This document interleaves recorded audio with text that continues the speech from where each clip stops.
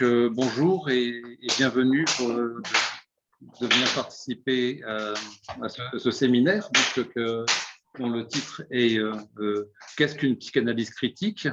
Vous savez qu'il suit le séminaire de l'an dernier qui s'appelait Urgence critique de la psychanalyse, où dans le fond, on soulignait deux choses très simples. Hein. Donc, d'une part, le fait qui me paraissait absolument évident d'une nécessité critique de la psychanalyse devant une stagnation et une sorte de stabilisation, disons, dogmatique autour de l'enseignement de Lacan, qui fait qu'on n'a pas l'impression que ça avance beaucoup depuis 40 ans. Donc, cela pose un problème, d'autant que les maîtres dont nous nous réclamons, donc les deux grands pontes, quoi, donc Freud et Lacan, ont passé leur vie, disons, dans le cadre de révision critique de leurs propres théories, des théories les uns des autres. Donc, à ce titre-là, d'arrêter d'être dans cette dimension de critique, ce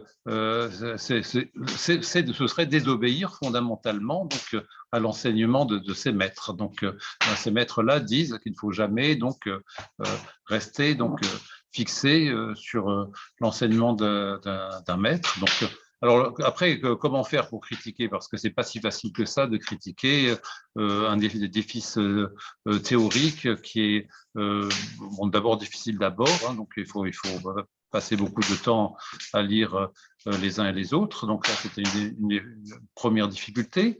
Donc il y a une part de respect de la lecture des textes et aussi de l'efficience, hein, donc de ce qui est amené.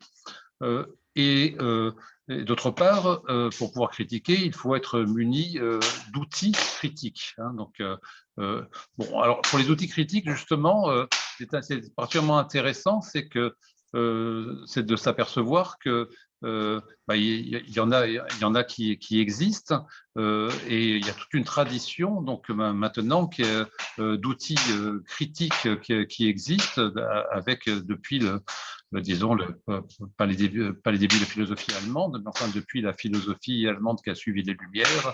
Donc, on parle ici de Marx, Schopenhauer, Nietzsche,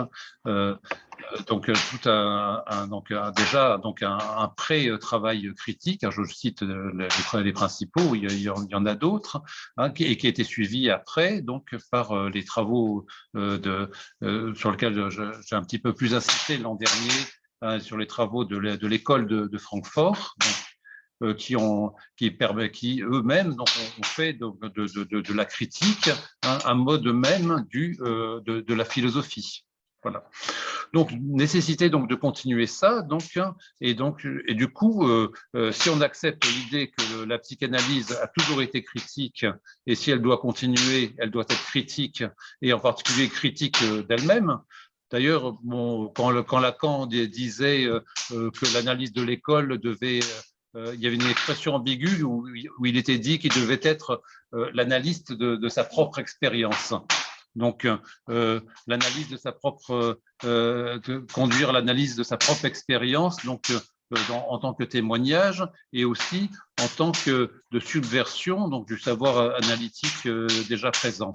Bon, il s'est trouvé que les AE ont été plutôt des exemples de modèles de suivi dogmatique. Hein. On n'a jamais eu une analyse de l'école, disons, à ma connaissance, hein, peut-être qu'il y en a eu, mais pas dans ceux que je connaisse, qui est réussi en quelque sorte un tour critique très marqué. Donc, et à ce niveau-là, il y a peut-être, à mon avis, un échec structural au niveau de la politique de la passe, hein, puisque effectivement l'analyse de l'école devrait logiquement ne pas être entendue par les personnes qui le nomment en définitive. Donc,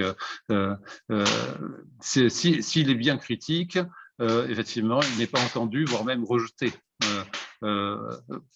parce qu'il ne sera pas conforme. Et s'il est entendu, il sera conforme, et donc il ne sera pas critique. Donc, voyez qu'on tombe dans une sorte d'impasse un petit peu logique sur cette question.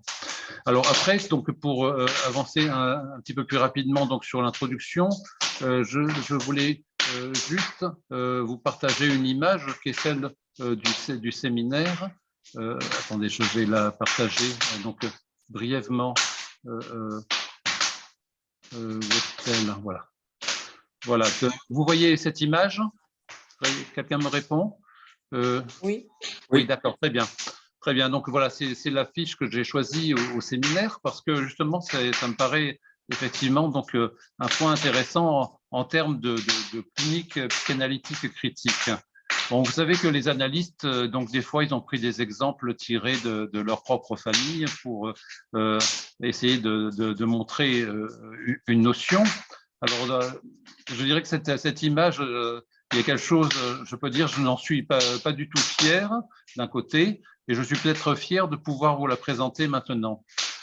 Pourquoi? Parce qu'il y a 2 ou 3 ans, j'avais dit c'est compliqué quand même de faire des cadeaux au bébé, parce que l'autre jour, j'ai voulu acheter un cadeau pour un bébé, d'ailleurs la petite fille de Alain et Sylvie qui sont ici présents, et je voulais acheter une étagère et il n'y avait que des étagères genrées. Donc c'est drôle quand même que même les meubles donc, soient en quelque sorte genrés de cette façon-là.